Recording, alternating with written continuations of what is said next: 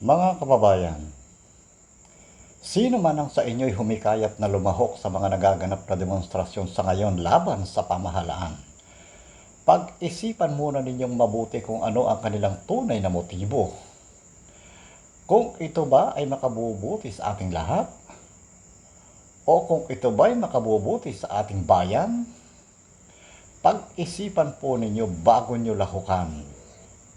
Ang tunay na pakay ng mga taong ito ay pabagsakin ang ating pamahalaan. At sa tulong ninyo kung sila'y magtatagumpay, sila ang magpapatuloy sa poder at doon ay matatakasan nila ang kanilang mga pananagutan sa ating bayan. Gulo nila yan. Huwag kayong makisali sa kanilang gulo. Iilan lamang ang makikinabang dito pagkatapos ng lahat ng ito. Sinasabi sa banal na kasulatan na mababasa sa Kawikaan 26:17, ang nakikisali sa gulo ng may gulo ay tulad ng taong dumadakma sa tenga ng aso.